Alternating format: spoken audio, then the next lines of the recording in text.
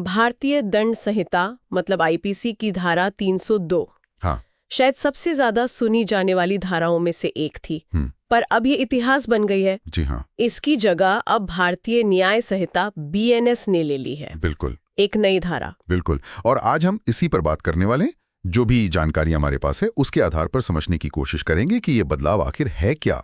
हाँ, कैसे वो पुरानी इतनी जानी पहचानी धारा 302 अब बीएनएस की धारा 103 बन गई है। जी।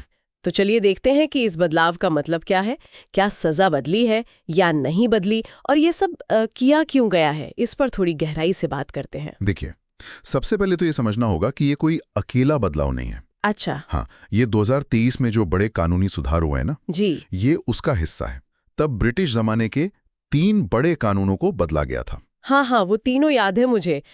भारतीय न्याय संहिता यानी बीएनएस, जिसने आईपीसी को बदला। जी। फिर भारतीय नागरिक सुरक्षा संहिता बीएनएसएस, वो सीआरपीसी की जगह आई।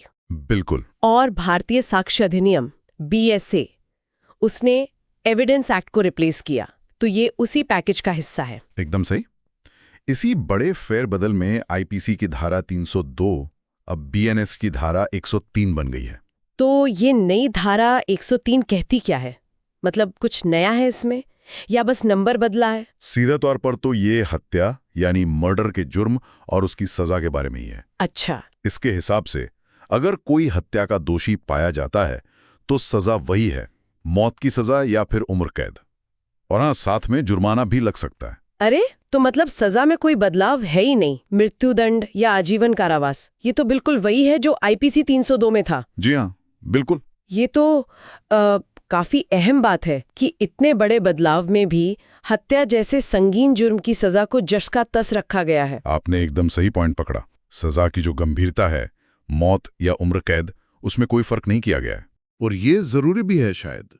ये दिखाता है कि कानून बनाने वालों का इरादा इस जुर्म की गंभीरता को कम करने का बिल्कुल नहीं था। तो फिर बदला क्या? मतलब अगर सजा वही है तो मेन बदलाव क्या हुआ? देखिए, मुख्य बदलाव 2 लेवल पर दिखते हैं। एक तो जैसा हमने कहा, धारा का नंबर बदल गया, 302 की जगह 103 हो गया। ठीक है।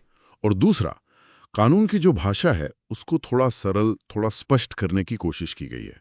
हालांकि हत्या की परिभाषा और जो उसके तत्व हैं वो लगभग वही हैं। भाषा को सरल करना, इसका मकसद क्या बताया गया है?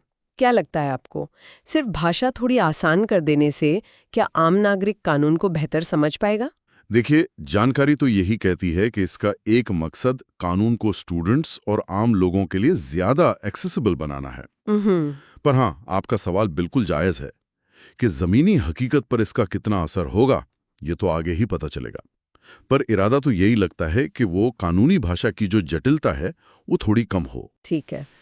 अब ये भी बताइए कि ये धारा 103 लागू कब होती है? मतलब किन हालात में ये सेक्शन लगाया जाता है? ये धारा तब लगती है जब किसी की मौत का कारण बनने वाला काम पूरी तरह जानबूझकर किया गया हो, मतलब इरादा ही मारने का हो। अच्छा, इरादतन हत्या। हाँ, या फिर अगर कोई ऐसा काम किया गया जिससे मौत होना लगभग तय था और करने वाले को ये बात पता भी थी, तब भी यही धारा लगती है। और इसमें वो वाले मामले नहीं आते ना, जैसे गैर इरादतन हत्या या जिसे कहते हैं culpable homicide not amounting to murder? नहीं, वो इसके दायरे में नहीं आते। उन अपराधों के लिए बीएनएस में अलग धाराएं हैं, जैसे धारा 105 है शायद, उनमें सजा भी हत्या से कम होती है। अच्छा। धारा 103 तो खास तौर पे हत्या के लिए ही है। तो संक्षेप में कहें तो जो पहले आईपीसी 302 था वो अब बीएनएस 103 है। जी। हत्या के लिए सजा उतनी ही सख्त है, मौत या उम्र कैद। बिल्कुल। बदलाव बस सेक्शन नंबर का है और भाषा को थोड़ा सरल करने की एक कोशिश है। एकदम सही कहा आपने। इसका सीधा संदेश यही है कि इतने गंभीर अपराधों पर कानून का रुख बदला नहीं है, वो पहले जैसा ही सख्त है। नंबर बदलने से कुछ नहीं होता। ये बात तो साफ है।